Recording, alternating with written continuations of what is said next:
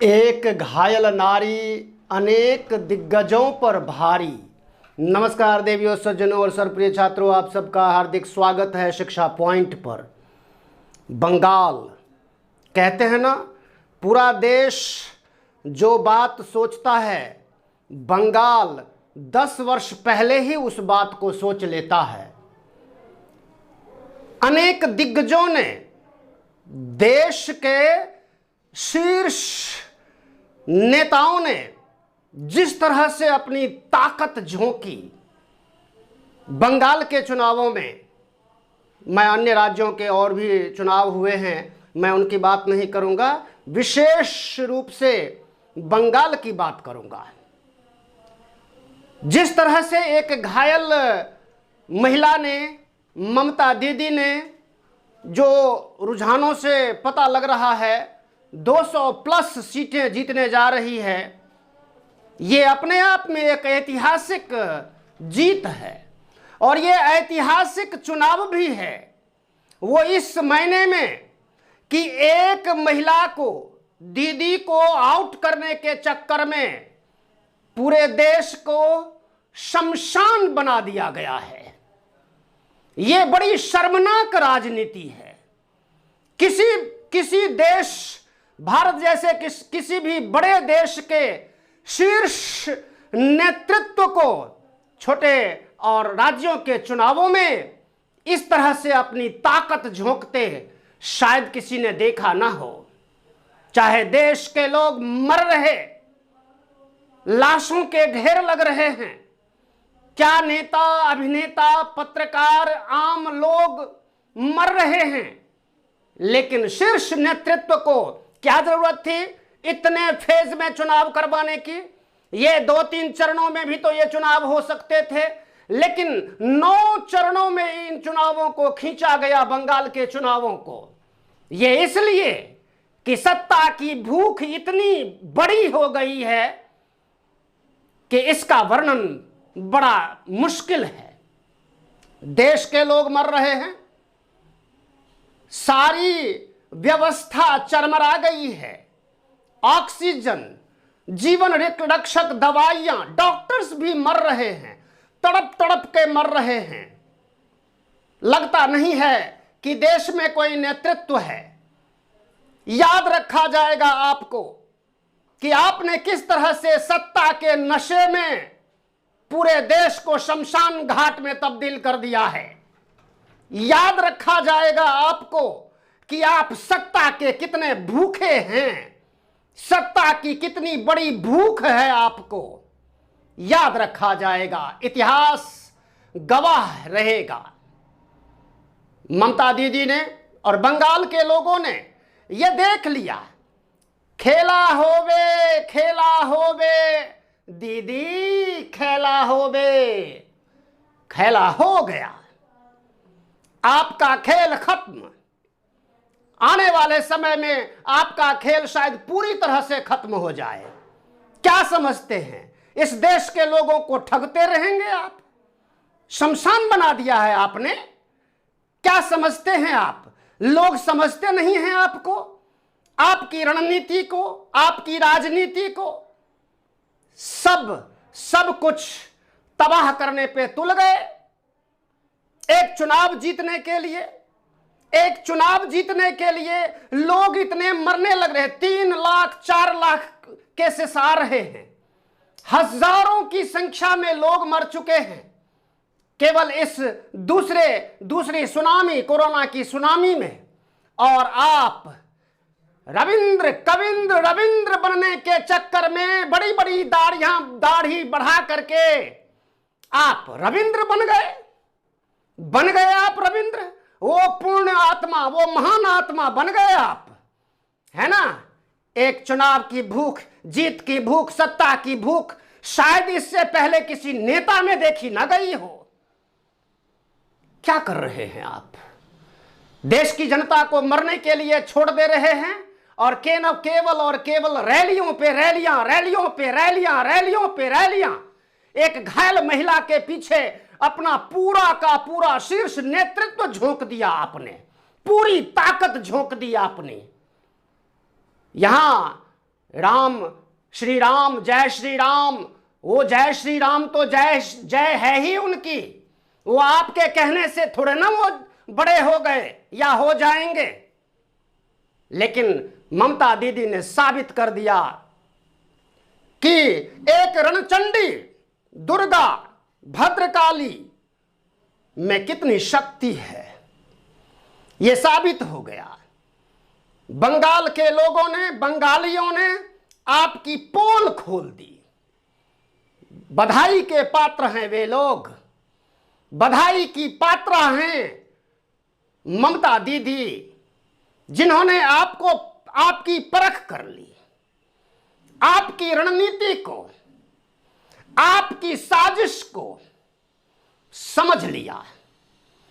और इसीलिए बेशक आप थोड़ी बहुत सीटें ज्यादा जरूर जीत रहे होंगे, रुझानों के अनुसार जीत भी लेंगे, लेकिन सत्ता के करीब आप वहां नहीं पहुंचे। यह बात साबित करती है, ये चुनाव साबित करते हैं कि इस देश में अन्यायी शासक ज्यादा समय तक नहीं रह सकता। देखिए क्या हाल बना रखा है आपने देश का।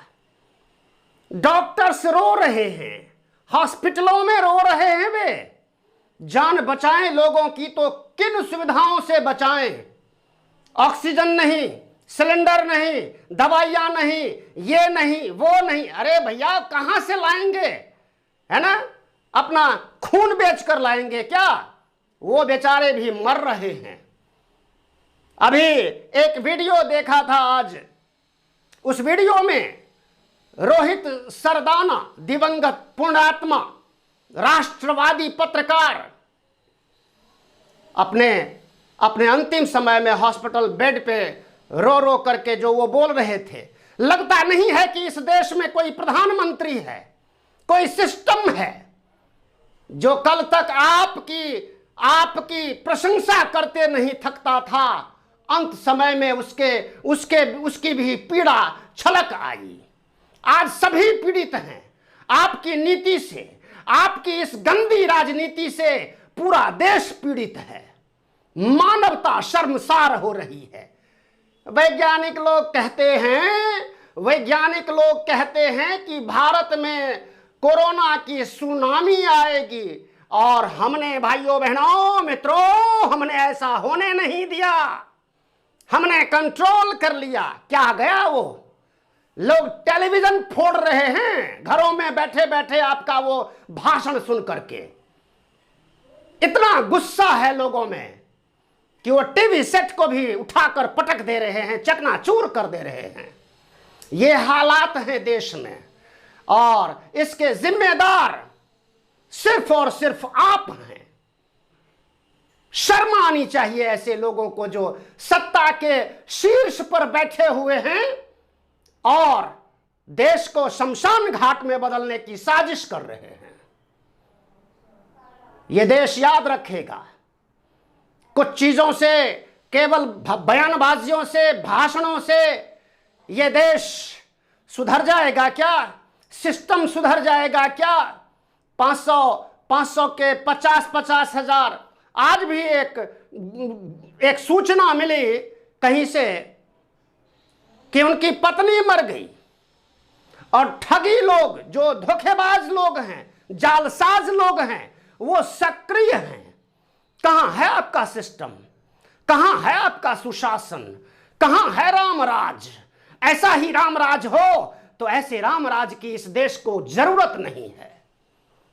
बंद कीजिए ये रामराज। राम अपने आप इस देश को संभाल लेंगे। आप इस देश के मौजूदा हालात को संभाल पाते? आज सर्वत्र भारत की ओर ही लोग देख रहे हैं कि जिस भारत ने इतने अच्छे तरीके से लॉकडाउन से लेकर के सारी चीजों को हैंडल कर लिया था, एक चुनाव के कारण, एक चुनाव को जीतने के लिए सत्यानाश कर दिया। पहले क्यों नहीं कदम उठाए गए? आज आप मेडिकल के छात्रों को, एमबीबीएस के छात्रों को लगा रहे हैं, ये कर रहे हैं, वो कर रहे हैं। करते रहिए, अच्छी बात है, कीजिए। कीजिए, आपकी जिम्मेदारी बनती है। आप इस देश के शासक हैं। लोगों को मरते हुए छोड़ करके आप चुनाव जीतने के चक्कर में ना रहिए। चुनाव इसलिए जीते जाते हैं कि लोगों की जिंदगियों को बचाया जा सके। एक ममता दीदी को आउट करने के चक्कर में लाखों जिंदगियों को आपने तबाह कर दिया है। इसकी जिम्मेदारी सिर्फ और सिर्फ सिस्टम पर है। इतना बड़ा देश, इतनी बड़ी सारी सुविधाएं, क्या कमी है इस देश में? आज भी किसी तरह की कोई कमी नहीं है। कमी है तो राजनीतिक इच्छा शक्ति की, कमी है तो सिस्टम की कमी है। मुझे ये कहते हुए बड़ा अफसोस हो रहा है कि सारी की सारी कमी सिस्टम की है। अगर सिस्टम दुरुस्त हो जाए ना तो सारी चीजें दुरुस्त हो जाएंगी। करिए कुछ, सबक लीजिए दूसरे देशों से और अन्यत्र लोगों से सबक लीजिए, सहायता लीजिए। जैसे कैसे भी हो बचाइए देश को, शमशान बनने से बचाइए। बन रहा है देश, बड़ी तेजी से लोग मर रहे हैं।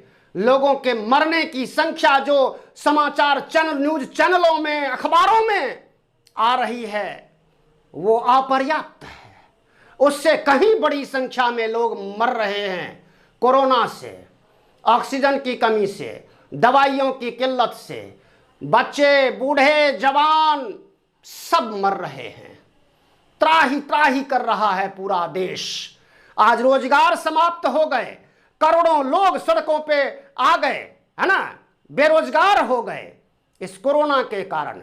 आपकी वो लाखों, अरबों, करोड़ों, 20 लाख करोड़ रुपए का जो पैकेज था कहां गया? वो किन लोगों के पेट में समा गए वो रुपए?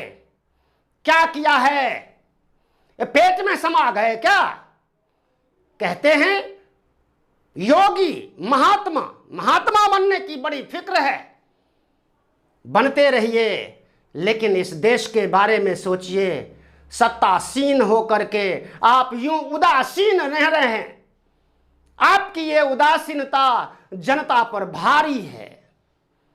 इसलिए शीर्ष नेतृत्व से ये विनम्र प्रार्थना कि देश को बचाइए, लोगों की जानें बचाइए।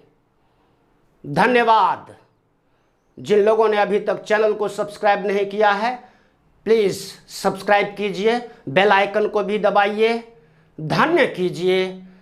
देश में शांति हो। लोकाः समस्ताः स्वस्था भवन्तु, सर्वे भवन्तु सुखिनः, सर्वे सन्तु निरामयाः, सर्वे भद्राणि पश्यन्तु, मा कश्चित् दुख भाग भवेत्।